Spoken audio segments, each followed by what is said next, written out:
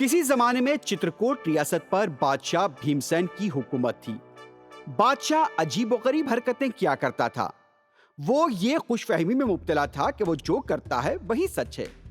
बादशाह की अहमकाना हरकतों से अवाम को मुश्किलात का सामना करना पड़ता था। बादशाह की भलाई के लिए वज़रा कोई मशवरा देते तो वो उनकी तौहीन किया करता। एक दिन बादशाह भीमसेन सोरनपुर रियासत के दौरे को गया। वहां उसने देखा कि वहां के किसान जूट की काश्त कर रहे हैं। उसने फौरी अपनी रियासत के किसानों को भी जूट की काश्त करने का हुक्म दिया। बादशाह को यह बताया भी गया था कि इस रियासत की जमीन पर जूट की काश्त काबिल नहीं है, लेकिन उसने किसी की नहीं मानी। मजबूरन किसानों को जूट की काश्त करनी पड़ी। चूंकि यहाँ की जमीन जूट की काश्त की काबिल नहीं थी, इसलिए बहुत कम पैदावार हुई और फसल खराब होने की वजह से कीमत भी अच्छी नहीं मिली। किसानों को और रियासत के अवाम को काफी मुश्किलात का सामना करना पड़ा। पूरी रियासत के अवाम परेशान थे। बादशाह भीमसेन तोहम परस भी था। एक दिन उसने किताब का मुताला किया। उसमें तहरीर था कि कव्वे मौत के फरिश्ते के सफीर होते हैं। इसलिए उसने सोचा कि कव्वों को रियासत में रखना मनहूस साबित होगा। उसने फौरी पूरे कव्वों को खत्म करने का हुक्म जारी कर दिया। रियासत के अवाम के पास बादशाह का हुक्म बजा लाने के बजाय कोई दूसरा रास्ता नहीं था। उन्होंने कव्वों को मारना शुरू कर दिया। कव्वों के खत्म हो जाने से रियासत में हर तरफ अब गंदगी नजर आने लगी।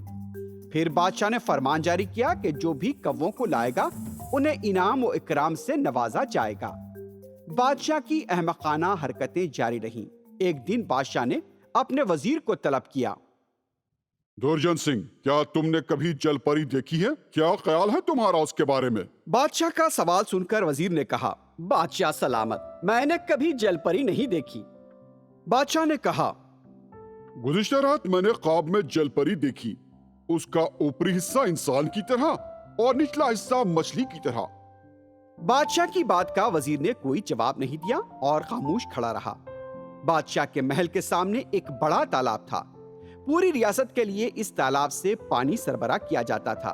उस रात 14वीं का चांद जगमगा रहा था। बादशाह कश्ती लेकर तालाब में गया। कश्ती चलाने के बाद जब वो महल वापस हुआ तो उसने एक बार फिर अपने वजीर को तलब किया और उससे कहने लगा, दुर्जन सिंह, मैं कश्ती लेकर तालाब गया था। मैंने ख्वाब में आई जलपरी को देखा। उस जलपरी ने मेरी कश्ती के सामने छलांग लगाई है। वो जलपरी आधी इंसान और आधी मछली थी। मुझे वो जलपरी चाहिए। फौजियों को फौरी तैनात करो। मेरे हुक्म की तामील की जाए। मैं वो जलपरी को हासिल करना चाहता हूँ। ये सुनकर वजीर हैरत ज़दा हो गया। बादशाह सलामत, ये आपका ख्याल हो सकता है। शायद बड़ी मछली आपको जलपरी नजर आई हो। कहानियों में जलपरी सिर्फ ख्याली होती हैं, उनका कोई वजूद नहीं होता। वो मेरा ख्याल नहीं, मैंने हकीकत में जलपरी को देखा है। तुम मेरे हुक्म की तामील करो। बादशाह के हुक्म पर वजीर ने मच्छरों और गोताखोरों को तालाब में तलाशी के काम पर लगवा दिया, लेकिन उन्हें जलपरी कहीं नहीं मिली। ये सुनकर बादशाह ने हुक्म दिया कि तालाब का पानी बाहर निकाला जाए। बादशाह सलामत, ऐसा किया गया तो पूरा शहर पानी में डूब जाएगा और रियासत के रिया को एक बूंद पानी तक नहीं मिलेगा। लेकिन बादशाह ने वजीर का मशवरा नहीं सुना। वजीर उलझन में पड़ गया और उदास होकर अपने घर चला आया। इस दौरान वजीर का बिरादर निस्बती केशव उसके घर आया। केशव एक जादूगर था। वो अपने जादुई कमालात से लोगों का दिल बहलाया करता था। भाईजान, क्या बात है? आप बहुत परेशान लग रहे हो। परेशान हाल वजीर ने उसे बताया, केशव, हमारे बादशाह का रवैया हमारे लिए मुश्किलात खड़ी करता है। वो कहते हैं कि उन्होंने तालाब में जलपरी को देखा है, उस जलपरी को पकड़ने का हुक्म दिया है। वो हमारी बात सुनना ही नहीं चाहते। बहनों की तरफ से पूरा माजरा सुनाए जाने के बाद केशव ने कहा, भाईजान, आप बिल्कुल फिक्र न करें। मैं आपको बादशाह को उस ख्याली दुनिया से निकालने का हल बताता हूँ और उम्मीद है कि उसके बाद बादशाह उस ख्याली दुनिया से निकल आएंगे। केशव के मशवरे के बाद वजीर बादशाह के पास गया। बादशाह सलामत, मैं आपको एक चीज दिखाता हूँ। ये कहकर उसने बादशाह के सामने एक तश्तरी रखी। उस पर उसने 50 पैसे का सिक्का रखा ताकि उस पर की तस्वीर दिखाई दे। पहले तश्तरी में पानी डाला गया। उसने कांच का छोटा मर्तबान जिसमें धुआं भरा हुआ था, उसने उस मर्तबान को तश्तरी में उल्टा कर रख दिया। फिर बादशाह को मर्तबान से झांकने को कहा। बादशाह सलामत, तश्तरी में कितने का सिक्का रखा है? ये सुनकर बादशाह ने कहा, दुर्जन सिंह, 1 रुपये का सिक्का है। क्या तुम समझते हो कि मेरी नजर कमजोर है? इस पर वजीर ने बताया, बादशाह सलामत, ये आपका वहम है। वजीर ने कांच के मर्तबान को हटा दिया और बादशाह को तश्तरी में रखा सिक्का बताया। वहां पर 50 पैसे का सिक्का रखा था। दुर्जन सिंह, वो मेरा ख्याल था, लेकिन तुमने जो कहा वो सच है। तालाब में जलपरी का होना भी मेरा सिर्फ ख्याल हो सकता है। अब तालाब को खाली कराने की जरूरत नहीं है। दुर्जन सिंह ने खुश होकर कहा, जो हुक्म बादशाह सलामत, लेकिन आपने कहा था कि आपने ख्वाब में जलपरी को देखा था। हो सकता है कि वो ख्वाब आपके जहन में समा गया हो। बादशाह ने अपनी गलती कबूल की और वजीर की सिताइश करते हुए बोला, दुर्जन सिंह, तुमने मुझे ख्याली दुनिया से निजात दिलाई है। वजीर दुर्जन सिंह ने बड़ी मुसीबत से छुटकारा मिलने पर अपने बरादर निस्बती केशव का शुक्रिया अदा किया। ये कहानी है गोमतीपुर में रहने वाले ज़ईफ किसान मल्लैया की। वो बहुत ही गरीब था। ज़ईफ होने की वजह से वो सख्त मेहनत नहीं कर पाता था। ज़ईफी की वजह से कई मसाइल उसे दरपेश थे। एक दिन सुबह मल्लैया अपनी अहलिया गंगा का दिया हुआ तोशा लेकर घास लाने के लिए निकला। उसने अपने तोशे की थैली को एक दरख्त की शाख पर ले जाकर लटका दिया। अब वो घास काटने के लिए निकल पड़ा। वहां पर काफी घास थी और मल्लैया वहां जाकर घास काटने लगा।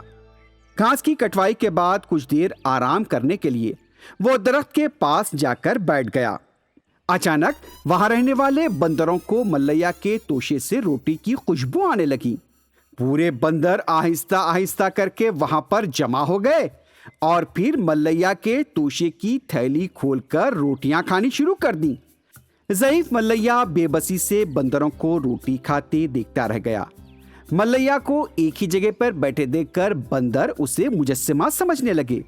अब उसके अतराफ वो जमा हो गए और मजा लेने लगे, लेकिन मल्लैया ने कोई हरकत नहीं की। कुछ देर बाद बंदरों ने आपस में बात की और मल्लैया को देखकर वो मजा भी लेने लगे। इसके साथ साथ पूरे बंदर मल्लैया के आसपास जमा हो गए और वहां पर रक्स करने लगे। इस दौरान भी मल्लैया खामोश बैठा रहा। उसने कोई हरकत ही नहीं की। बंदर ये देखकर ताज्जुब कर रहे थे कि आखिर ये है क्या माजरा। फिर उसके बाद बंदरों ने मल्लैया को वहां से उठाया और उसे मंदिर की तरफ लेकर चल पड़े। वहां की सीढ़ियों पर मल्लैया को बिठा दिया गया। बंदर वहां से कुछ देर के लिए गए और अपने साथ सोने की अशरफियां ले आए। उन्होंने सोने की अशरफियां मल्लैया के सामने रख दी और फिर वहां से चले गए। मल्लैया बंदरों के जाने तक आंखें बंद करके मुजस्समे की तरह बैठा रहा। जब बंदर नजरों से ओझल हो गए, मल्लैया उनकी हरकतों को याद करके हंसने लगा। वो सोचने लगा कि काफी अरसे के बाद किस्मत उस पर मेहरबान हुई है। वो बहुत खुश हुआ और सोने की अशरफियां लेकर घर चला गया। जब वो घर पहुंचा तो उसके हाथों में घास नहीं थी बल्कि एक थैली थी। उसकी अहलिया परेशान हो गई और उससे पूछने लगी, तुम सुबह घास लाने गए थे, शाम होने के बाद आए हो, फिर भी खाली हाथ आ गए। आखिर क्या हुआ, घास क्यों नहीं लाए? मल्लैया जो बहुत खुश था अपनी अहलिया से कहने लगा, गंगा, इस उम्र में किस्मत ने हमारे घर पर दस्तक दी है। मल्लैया ने अपनी अहलिया को पूरा माजरा सुनाया। गंगा बहुत खुश हुई और कहने लगी, मुझे तो लगता है कि वो आम बंदर नहीं है, हमारे लिए तो वो सोने के बंदर है। शायद उनसे हमारा कोई रिश्ता है। अपनी अहलिया की बात सुनकर मल्लैया ने कहा, मुझे भी लगता है कि तुम जो कह रही हो वो सच है। हकीकत में हमारे लिए वो बंदर सोने के हैं। इन अशरफियों को फरोख्त करके हम आराम से जिंदगी गुजारेंगे। एक दिन उनकी एक पड़ोसन गंगा से मिलने आई। उसने देखा कि गंगा के घर का नक्शा तो बदल गया है। पड़ोसन कांता को कुछ समझ में नहीं आया। उसने गंगा से पूछा, गंगा, क्या बात है? तुम्हारा घर तो बहुत चमक रहा है। क्या तुम्हें कोई खजाना मिला है? गंगा जो भोली खातून थी, उसने अपनी पड़ोसन कांता को बंदरों वाला वाकया पूरा बता दिया। कांता ने जब यह सुना तो उसमें लालच पैदा हुआ। अब वो भी चाहती थी कि उसके हाथ भी खजाना लगे। ये सुनकर फौरी वो अपने घर की तरफ दौड़ी اور پھر وہاں جا کر اپنے شوہر سبو کو ساری باتیں بتا دی۔ سنو جی، تم فوری اس پہاڑ والے درخت کے پاس جاؤ جہاں پر بندر رہتے ہیں، ان بندروں سے کسی بھی طرح سونے کی اشرفیاں لے کر آؤ۔ سبو کو ملیا کے دولت مند بننے کا سن کر بہت حسد ہو رہا تھا۔ وہ اپنی اہلیہ کی بات پر راضی ہو گیا۔ اگلے دن کانتا نے سبو کو صبح صبح روٹیوں کی تھیلی پکڑا دی۔ سبو اسے لے کر پہاڑ کے پاس والے درخت کی طرف چل پڑا۔ اس نے روٹیوں کی تھیلی کو درخت پر لٹکا دیا اور وہی مجسمے کی طرح بیٹھ گیا۔ اب بندروں کو روٹیوں کی خوشبو آ رہی تھی۔ کچھ ہی دیر کے بعد بندر پھر وہاں پر آہستہ آہستہ جمع ہونے لگے۔ بندر جب پورے وہاں پر جمع ہو گئے تو انہوں نے روٹیاں نکال کر کھانی شروع کر دی۔ اس کے بعد وہ سبو کی طرف بڑھنے لگے جو مجسمے کی طرح بیٹھا ہوا تھا۔ بندروں نے اسے بھی اٹھا لیا۔ بندروں کی حرکت سے سبو کو بہت مزہ آ رہا تھا۔ بندروں کی ہاتھوں سے اسے گدگدی ہونے لگی تو وہ ہنسنے لگا۔ یہ دیکھ کر بندر سبو سے ناراض ہو گئے۔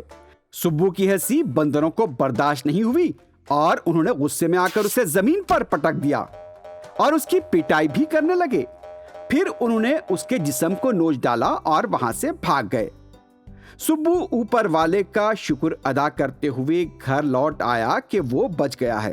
پھر اس نے اپنی اہلیہ کانتا سے کہا، دیکھا تم نے ان بندروں نے میرا کیا حال کیا ہے؟